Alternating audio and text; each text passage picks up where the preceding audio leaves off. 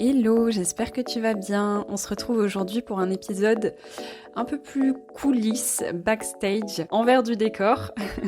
Et je vais te parler à cœur ouvert d'une de mes offres qui s'appelle Insta Bien-être et de pourquoi j'ai choisi de repousser son lancement à 2 reprises ces derniers mois. Alors Insta Bien-être, c'est mon accompagnement de groupe dans lequel j'aide pendant plusieurs mois les professionnels du bien-être qui participent à développer leur visibilité sur Instagram, à attirer des clientes en ligne et à prendre confiance en elles également dans leur communication digitale.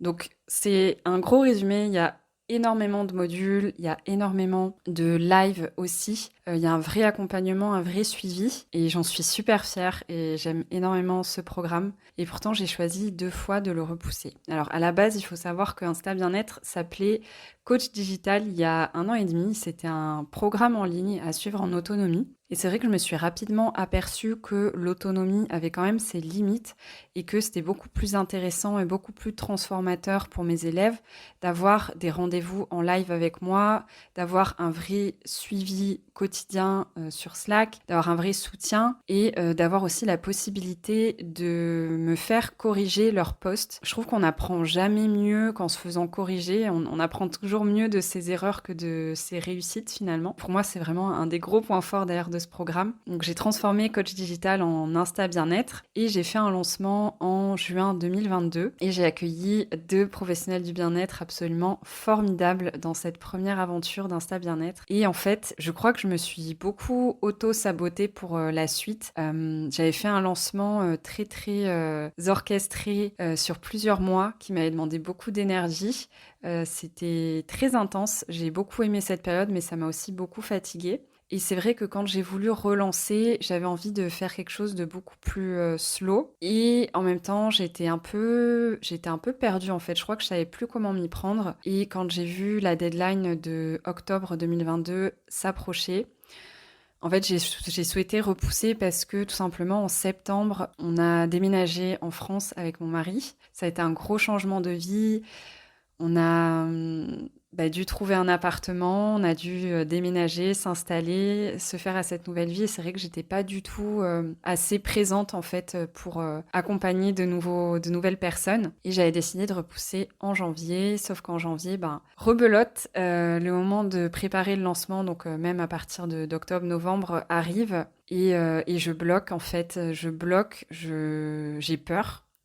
J'ai peur parce que la première édition d'Insta Bien-être s'est tellement bien passée. J'ai eu un tellement bon feeling avec mes élèves. C'était tellement fluide, naturel. On a vraiment eu des sessions en live extraordinaires, vraiment, où il y a eu beaucoup de déblocage, beaucoup de prise de conscience, beaucoup de soutien aussi, même entre elles, euh, que je crois que j'ai eu peur, en fait, de pas être à la hauteur de nouvelles personnes ou que ça se passe pas aussi bien. Et du coup, encore une fois, j'ai auto-saboté, tout simplement. Et j'ai repoussé. J'ai repoussé encore, donc je voulais faire en avril.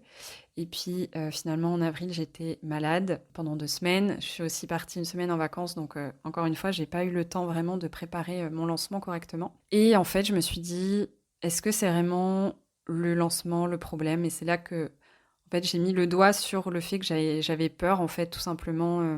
J'ai eu un syndrome de l'imposteur qui est venu d'un coup, alors que pourtant, je l'ai déjà fait. Et si je l'ai fait une fois, je peux le refaire. Et il n'y a aucune raison que ça se passe pas aussi bien. Je pense que j'ai eu peur parce que j'ai aussi projeté pas mal d'attentes sur ce nouveau lancement qui m'appartenait pas forcément. C'est vrai que souvent, quand on parle de lancement, on a envie de faire rentrer un maximum d'élèves pour faire un maximum de chiffre d'affaires. Et moi, c'est vrai que je me voyais pas du tout évoluer avec un grand groupe. En fait, ça correspond pas du tout à ce que j'ai fait avec Insta Bien-être. C'est vrai que le programme, l'accompagnement, je l'ai pensé de manière logique et progressive et avec des leviers particuliers comme le fait de pouvoir corriger les postes des élèves et ça c'est pas possible si j'ai 50 élèves en fait ou alors je passe mes journées à faire ça et c'est pas le but non plus. Donc c'est vrai qu'en fait je me suis dit le problème c'est que je crois que j'ai envie de garder cet accompagnement assez intimiste, d'avoir cette proximité avec les élèves, de pouvoir accompagner chaque élève au mieux. Et c'est pour ça que j'ai décidé de limiter le nombre d'élèves à 7 places pour cet accompagnement de 4 mois. Et je suis hyper contente depuis que j'ai pris cette décision. Ça paraît tout simple, mais en fait, c'était quelque chose sur lequel j'avais du mal à mettre le doigt. En fait, je n'arrivais pas à comprendre ce qui me gênait et ce qui faisait que je repoussais tout le temps. Alors que j'adore ce programme, j'adore accompagner les gens. Les élèves de la dernière promotion sont hyper satisfaites des résultats et de l'accompagnement. Donc, voilà pourquoi je pense que j'allais repousser par peur de pas faire aussi bien, par auto-sabotage, par un peu peut-être de perfectionnisme aussi. Et finalement, ça y est, je me lance.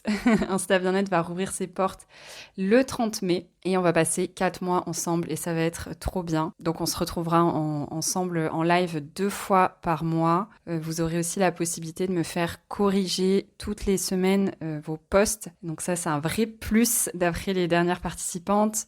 Il y aura aussi un soutien sur Slack quotidien, l'accès évidemment aux vidéos du programme à suivre pas à votre rythme. Et voilà, et du coup là, ça y est, je sens que c'est le bon moment en fait, je sens que je suis prête, c'est le printemps là, je suis pleine d'énergie, encore une fois, pleine de motivation. Et du coup, si ça t'intéresse, si t'es professionnel du bien-être et que tu as envie de soit te lancer sur Instagram, c'est vraiment un outil que tu maîtrises pas du tout et que tu découvres, soit si tu t'es déjà lancé mais que t'as pas de résultats, que tu stagnes et que tu aimerais vraiment booster ton compte et mettre en place une vraie stratégie de contenu à laquelle te tenir, je t'invite à t'inscrire sur la liste d'attente parce que tu auras des avantages, notamment le fait de pouvoir t'inscrire avant l'ouverture officielle. Donc comme j'ai dit, il y a des places limitées et du coup si ça t'intéresse, voilà, il faudra t'inscrire à temps et tu auras aussi droit à une réduction de 150 € sur ta place. Donc pour s'inscrire, c'est simple, le lien est dans la description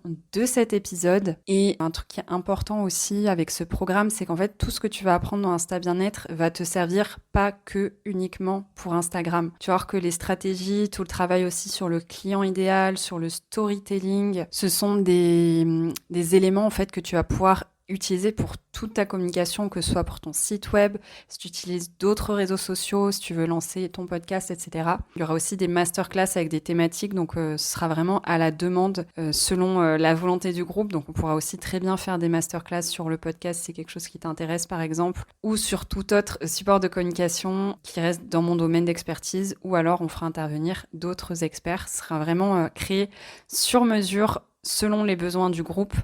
Je pense que c'est plus intéressant en fait pour vous. Voilà, du coup tu sais tout. Si je voulais te partager ça à cœur ouvert aussi, c'est pour t'inviter toi aussi à te demander s'il n'y a pas des projets que tu repousses pour des mauvaises raisons, en fait, pour des excuses que tu te donnes, qui sont des bonnes excuses certes, mais qui sont des excuses et qui font que tu repousses aussi l'atteinte de tes objectifs et de ce que tu as vraiment envie de mettre en place dans ton activité. Moi, tu sais tout, voilà, par rapport à Insta Bien-être, tu sais tout, mais c'est pas le seul projet que j'ai repoussé, soit par peur de pas être à hauteur, que ça plaise pas, que ce soit pas assez bien, etc.